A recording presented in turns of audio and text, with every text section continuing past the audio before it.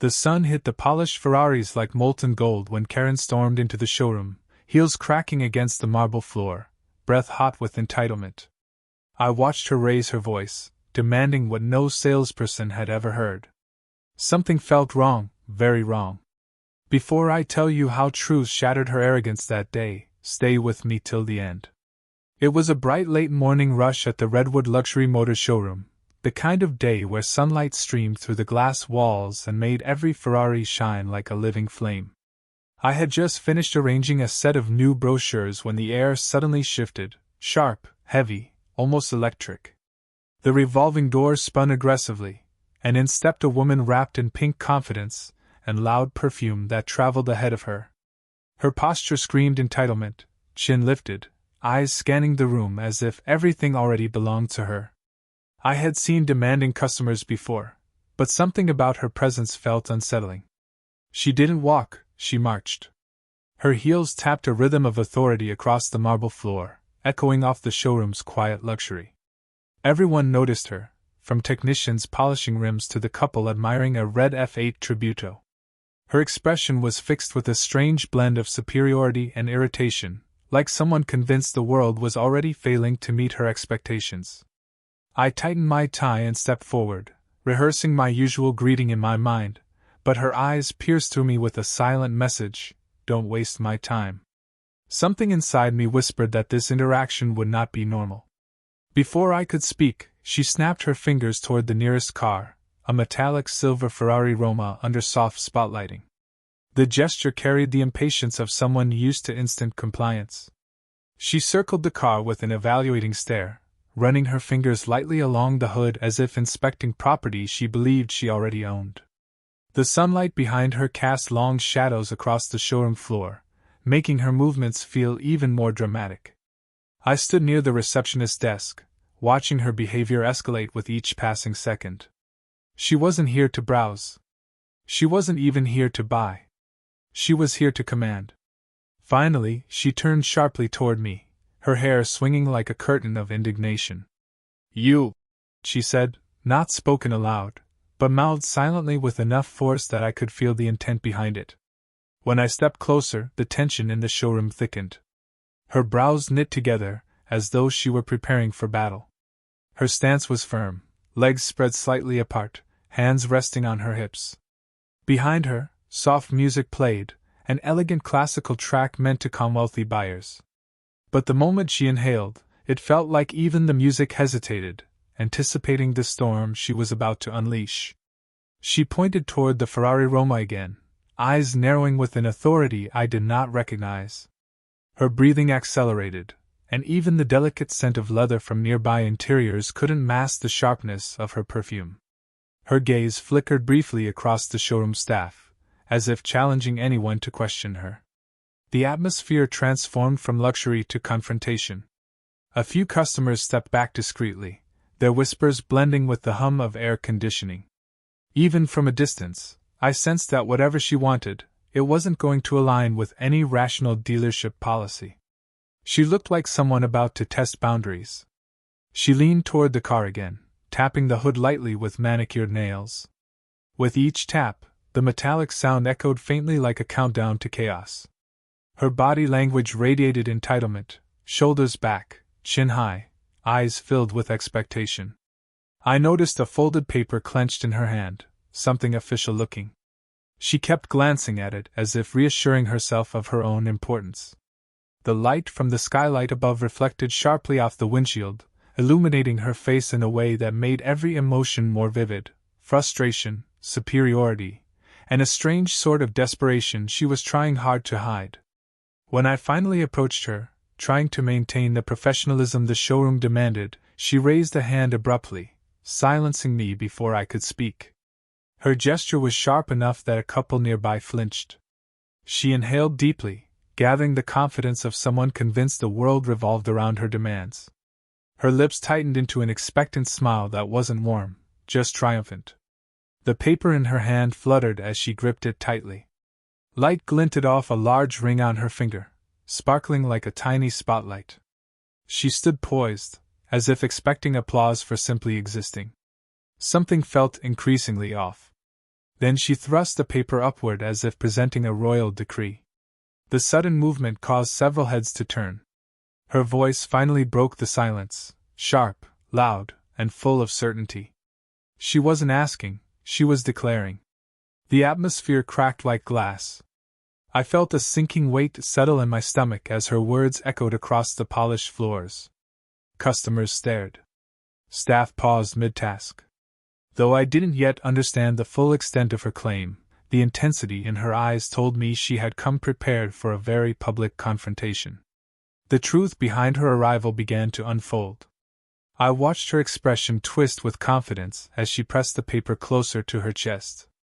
Sunlight framed her silhouette dramatically, illuminating her like a character in a scene she had written for herself.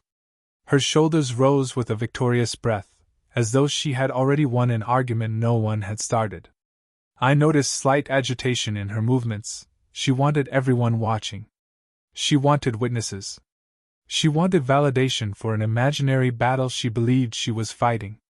And although I didn't yet know what was written on that paper, I sensed her certainty rested on a fragile misunderstanding. She then stepped closer, her shoes clacking against the floor, and tilted her chin up with unmistakable arrogance. In the bright noon light, the paper she held became clearer, an HOA letter stamped with urgency. My breath caught as realization dawned.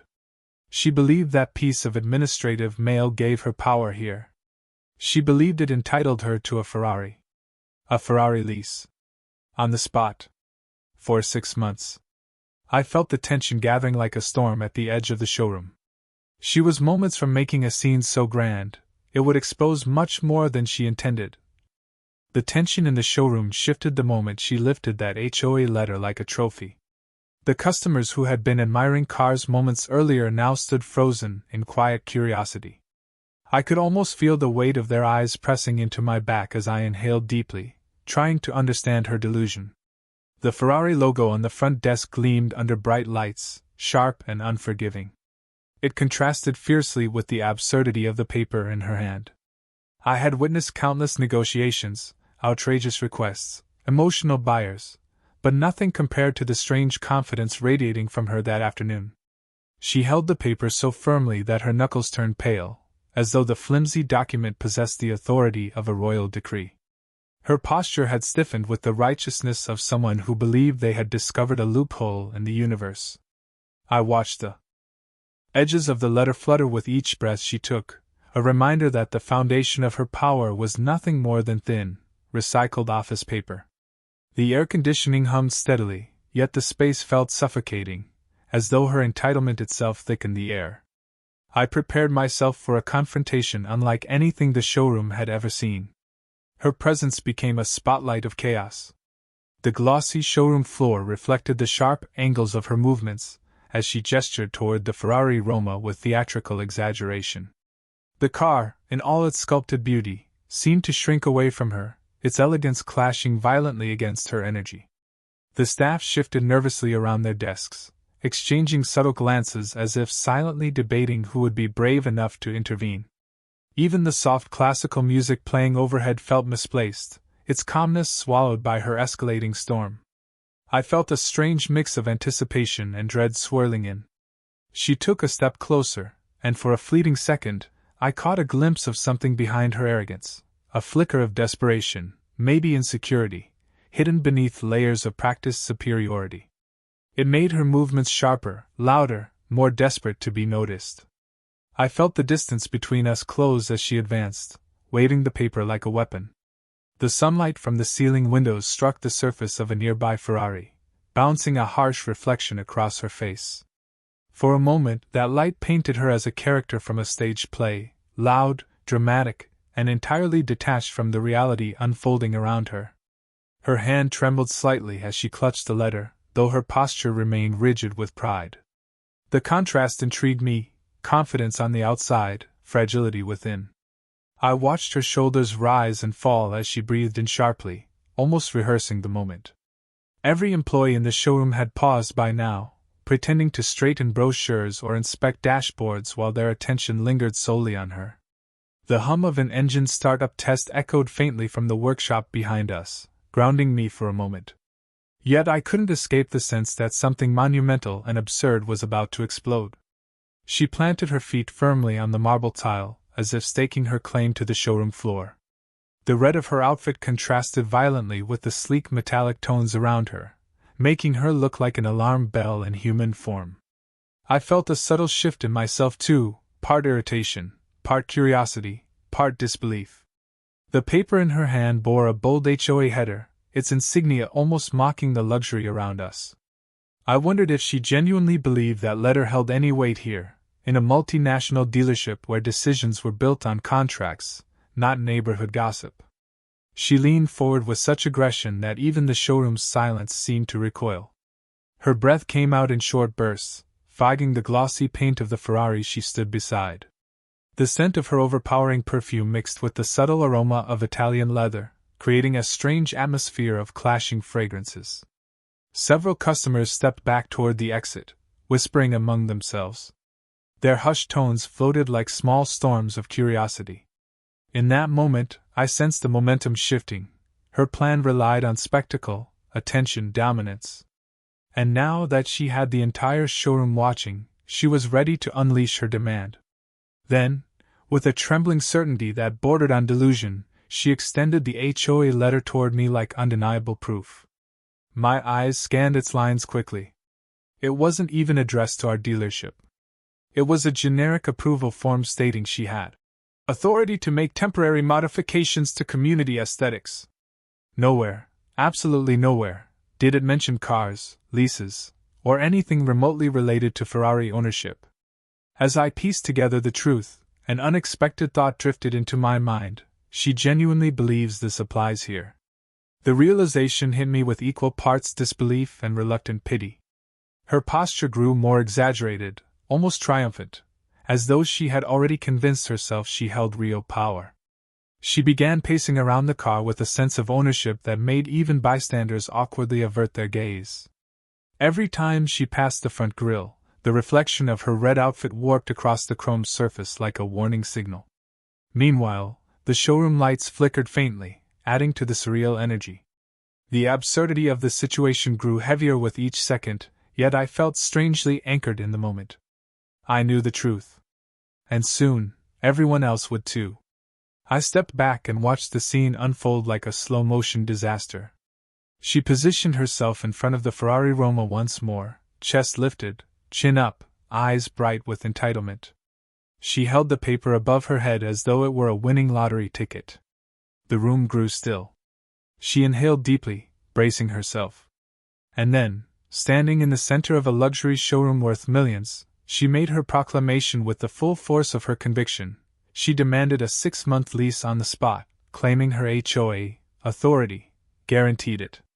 Her certainty filled the air like smoke before a fire. The moment she declared her demand, the entire showroom froze as if someone had pressed pause on reality. Her voice echoed off the polished marble and glass, sharp enough to pierce the hush that followed. I stood rooted in place, my heartbeat steady yet heavy, like distant drums warning of a storm. Sunlight poured through the tall windows, illuminating the Ferrari she claimed as though it were already hers. In that strange brightness, her figure looked both powerful and misplaced, like someone standing on a throne built out of the wrong bricks. I realized then that truth was about to collide head-on with her fantasy. The staff exchanged glances, confused, stunned, almost amused. I could feel their unspoken question hanging in the air. Did she really just say that? A faint mechanical whir echoed from the workshop behind us, the sound of a technician lowering a lift. Even that familiar noise felt distant under the weight of the moment. I watched her grip the HOA paper tighter, knuckles whitening as though she feared it might slip from her hands and reveal her vulnerability. Her confidence was loud, but beneath it lay a fragile layer of desperation, cracking at the edges like old paint. She pointed toward the Ferrari again, her posture bracing for victory. But the Ferrari stood unmoved, untouched, unaware of her claim, its metallic surface absorbing the showroom lights in quiet elegance. The contrast between the car's stillness and her agitation made the scene almost surreal. A couple near the entrance stepped aside, whispering behind their hands. The receptionist gently lowered her headset, eyes widened in disbelief. Even the air conditioning seemed to hum differently, like the room itself was waiting for the truth to break the tension. My chest tightened, not with fear, just anticipation.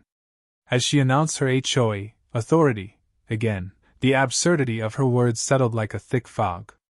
I glanced at her paper. It fluttered slightly in the cool air, its edges frayed, its contents unremarkable. Nothing in that letter gave her power here.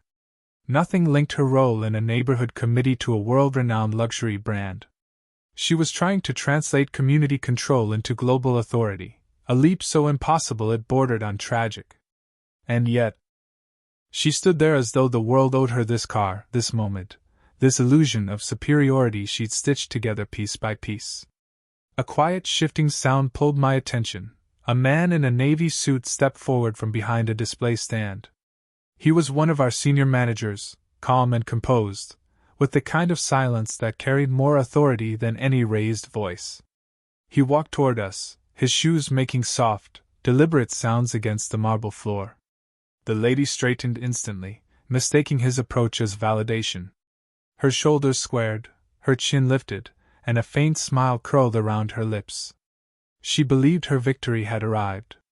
But the truth, sharp and unyielding, was about to dilute every ounce of her confidence. The manager stopped beside me, his eyes briefly scanning the HOA document she held up. His brows tightened, not in confusion, but in disbelief. The air around us shifted again, a subtle but powerful wave of realization sweeping through the staff. I felt my own breath steady, my thoughts sharpening.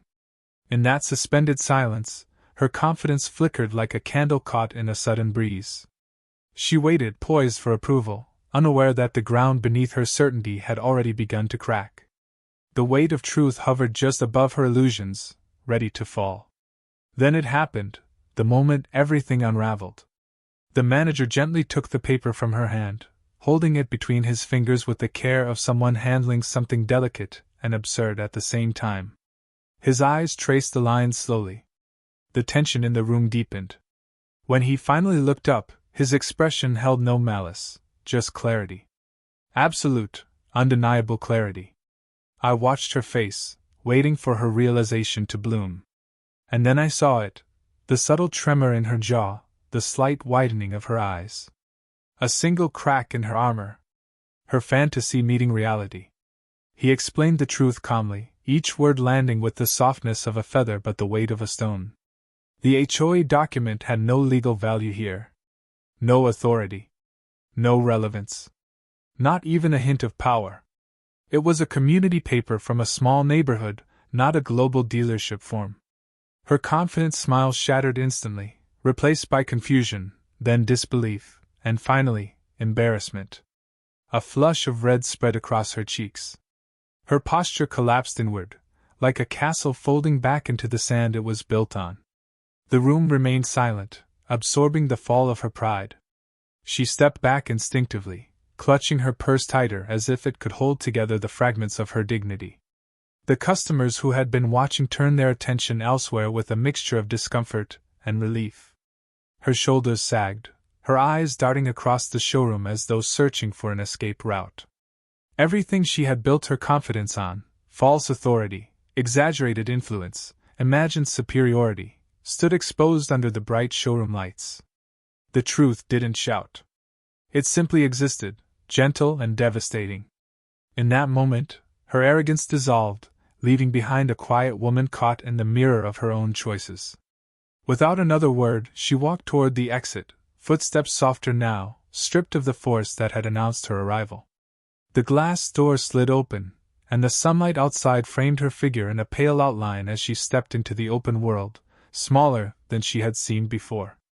The atmosphere in the showroom lifted, like a room finally exhaling after holding its breath for too long. I stood beside the Ferrari Roma, the hum of the building settling into calm once again. Justice hadn't needed confrontation or anger, it unfolded naturally, as truth always does when illusions fall away.